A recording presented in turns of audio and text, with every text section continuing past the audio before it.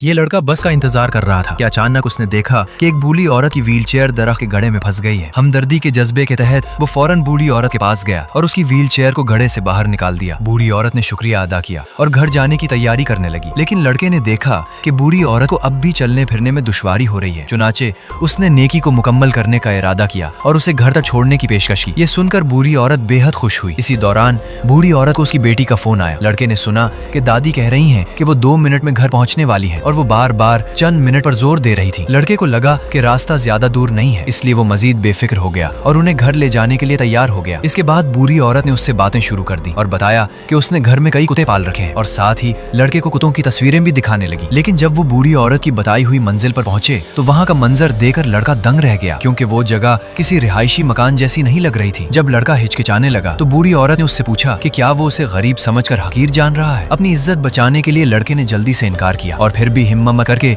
उसे लिफ्ट तक ले गया। लिफ्ट में बूढ़ी औरत ने लड़के को दोबारा कुत्तों की तस्वीरें दिखाना शुरू कर दी। जब लड़का एक एक करके तस्वीरें देख रहा था तो अचानक उसने बूढ़ी औरत की सिगरेट नोशी करते हुए एक तस्वीर देखी। लड़के को फौरन खतरे का एहसास हुआ और बूढ़ी औरत ने जल्दी से तस्वीर वापस कुत्तों वाले पेज पर कर दी। उस वक्त लिफ्ट चौथी मंजिल पर पहुंच चुकी थी। लड़का वहां से जाना चाहता था, लेकिन बूढ़ी औरत ने उसका बस्ता स्कूल बैग पकड़ लिया, जैसे वो उसे जाने नहीं देना चाहती थी। लड़के को मामले की संगीनी का अंदाजा हो चुका था। वो वहां से निकलना चाहता था, लेकिन बुढ़िया उसे मुसलसल पकड़े हुए थी। ये मंजर इंतहाई खौफनाक था। इसी वक्त लिफ्ट खुली और लड़का अपना बस्ता छोड़कर आगे की तरफ भागा। लिफ्ट से एक खौफनाक और मजबूत आदमी निकला, जिसके हाथ में वाकई एक कुत्ता था जो उसने बूढ़ी औरत के हवाले किया और फिर वो लड़के को पकड़ने के लिए उसके पीछे भागा। जब लड़का बाहर निकलने ही वाला था और उसे लगा कि वो बच निकलेगा तो अगले ही लम्हे बाहर हेडफोन लगाए खड़े एक लड़के ने उसे मारा, हमला किया। इस तरह वो लड़का फिर कभी वहां से वापस न जा सका। दरअसल हेडफोन वाला वही लड़का था जो बस स्टैंड पर मौजूद था और वो सब आपस में मिले हुए थे। अब वो बूढ़ी औरत दोबारा अपनी व्हीलचेयर पर बैठकर बस स्टैंड की तरफ रवाना हो गई ताकि किसी नए शिकार का इंतजार कर सके।